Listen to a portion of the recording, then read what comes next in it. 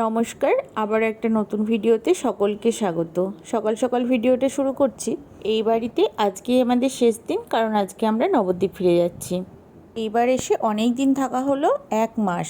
শ্রীহানও বেশ অভ্যস্ত হয়ে উঠেছিল এখানে, তবে ও যেখানেই যায় সেখানেই খুব সহজে মানিয়ে নেয়। অনেক দিন থাকার ফলে বাড়িতে সকলের মনটা খারাপ। মা সকাল সকাল পুজো করে নিচ্ছে, কারণ প্রচুর রান্নাবান্না রয়েছে। আজকে সকালে জলখাবারে হয়েছিল লুচি, সাথে ছিল সাদা আলুর তরকারি। এখানে হচ্ছে দই কাতলা, আর আজকে হবে খাসির মাংস। আর আমার ভাই যেহেতু খাসির মাংস খায় না, তাই দই কাতলাটা হচ্ছে, যদিও সবার জন্যই। খুব বেশি রান্নাবান্না করতে বারণ করেছি মাকে। আজকে পুঁই শাক দিয়ে কচু বেগুন হয়েছিল, এটা আমার ভীষণ প্রিয়। কি করছে বুড়ো? কি করছে? এসো কোলে, এসো কোলে, এসো। টানে না শোনা, কোলে আসো। ও বাবা, পড়ে যাবা, আগের দিন পড়ে গেছিলে। চলো চলো চলো চলো চলো চলো। আসো। অফ করলে কেন? লাইটটা জ্বালো। আর একটা কথা তো বলাই হয়নি, কালকে মহারাজ ফিরে এসেছে। এদিকে আমি নিশ্চিন্ত যে মাকে আর একা থাকতে হবে না।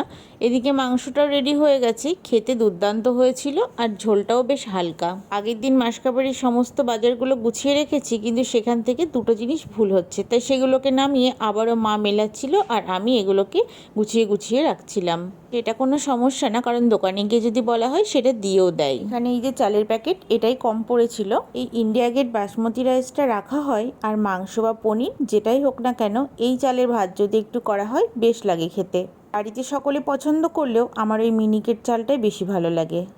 কিছুদিন আগে মামার বাড়ি গেছিলাম, তো ওখানে দেখছি সকালে জলখাবারে একটা মোটা চালের ভাত দিয়ে ফেনা ভাত করেছিল দিদা। তো আমার ওটা খেতে এত ভালো লেগেছে, বলেছিলাম ওই চালটা কিছুটা দিয়ে দিতে।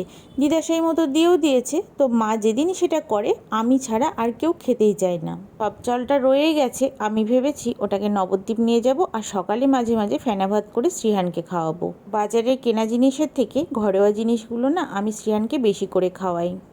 আসলে না, সবটাই অভ্যেস। এই চালের ভাত যারা সবসময় খায় তারা আবার এতেই অভ্যস্ত। সকালের দিকে আমি সেলফগুলোকে ঝেড়ে গুছিয়ে নিয়েছি। এবার ধীরে ধীরে এতে আমি কালো জিরে, সর্ষে, পোস্ত এগুলোকে ঢেলে গুছিয়ে রাখবো। আগে দেখতাম মা এই কাজগুলো খুব যত্ন সহকারে করতো, তবে এখন আর একা থাকি তো খুব একটা করতে ভালো লাগে না। তাছাড়া আমি যখন আছি আমি করে দিয়ে যাই। বিস্কুটগুলোকেও সব আলাদা আলাদা কৌটোয় ঢেলে রাখলাম। কাকুতে যেহেতু দুবেলা চা দেওয়া হয়, তার জন্য এত বিস্কুট লাগে। এই বিস্কুটগুলো ছাড়াও বাপি শ্রীহানের জন্য অনেক রকম বিস্কুট এনেছে, তবে এগুলো রেখে দিয়েছি, আর খুলবো না, বাড়ি নিয়ে যাব। দুপুরে খাওয়া দাওয়া হয়ে গেছে, এবার একটু নিচে আসলাম। বেশ অনেক দিন নিচে আসা হয়নি। কাঠ দিয়ে এরকম স্ট্রাকচার বানানো হয়েছে, ভিতরে সব রড দিয়ে খাঁচা মতো করা হয়েছে। এখানে ঢালাইয়ের মশলা পড়বে, তারপরে এগুলো পিলারের আকার হবে।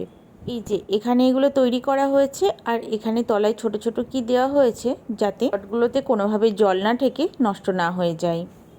এরকমভাবে পিলার দিয়ে বাড়ি করা আমি প্রথমবার দেখছি। হয়তো আবার যখন বাড়ি আসবো তখন এখানে ঘর হয়েই যাবে। আমরা আবার আসবো জামাই ষষ্ঠীর সময়, তখন হয়তো ছাদ ঢালাই হবে। এদিকে নিচের রঙগুলো কমপ্লিট হয়ে যাওয়ার পর তো নিচে আর আসাই হয় না। এই রঙটা ডাইনিংয়ে করা হয়েছে, এত সুন্দর হয়েছে। আমার তো মনে হয় সমস্ত রঙের মধ্যে এই রঙটাই সব থেকে ভালো হয়েছে। আর এটা হচ্ছে সিঁড়ির কালার, এটা আমি পছন্দ করেছি।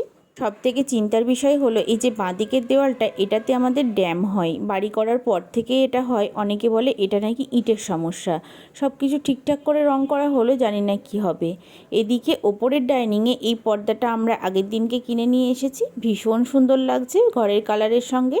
এখন বাজে সন্ধ্যা 7টা। এবার আমরা বেরোচ্ছি নবদ্বীপ যাবার উদ্দেশ্যে। নিজের বাড়ি আপনজনদের ছেড়ে আসার সময় ঠাকুরকে শুধু বলে আসি, তুমি ভালো থেকো সবাইকে নিয়ে। আগে যতবারই বাড়ি যেতাম, নিজের কাকিমারা, ভাইরা সবাই দাঁড়িয়ে থাকতো। এবার একটু ওদের জন্য মনটা খারাপ করছে, কিন্তু কি আর করা যাবে, ওরা তো ওদের বাড়িতে যাবেই, তাই না? আর এই যে অন্ধকারের মধ্যে মা আর মহারাজ দুজনের মুখটা একটু একটু দেখতে পাচ্ছি, এতেই শান্তি। বাড়িতে এসে গেছি, আর 1 ঘন্টার মতো রেস্ট নিয়ে নিয়েছি। আর ফ্রিজে ছিল একটা স্প্রাইট, সেটা দেখে তো শ্রীহানের ভীষণ বায়না। তারপরে ওর বাবাই এনে দিল, কিন্তু জানেন তো এটা না ও বেশি খেতে পারে না। তবে যাই হোক, আজকে বাড়ি থেকে যেহেতু এসেছি আর ভালো লাগছে না, আজকের ভিডিওটা এই পর্যন্তই। আবার কাল থেকে নতুন করে শুরু করতে হবে। আসছি পরে কোনো নতুন ভিডিও নিয়ে। ততক্ষণ সকলে ভালো থাকবেন, সুস্থ থাকবেন, আর নিজের খেয়াল রাখবেন।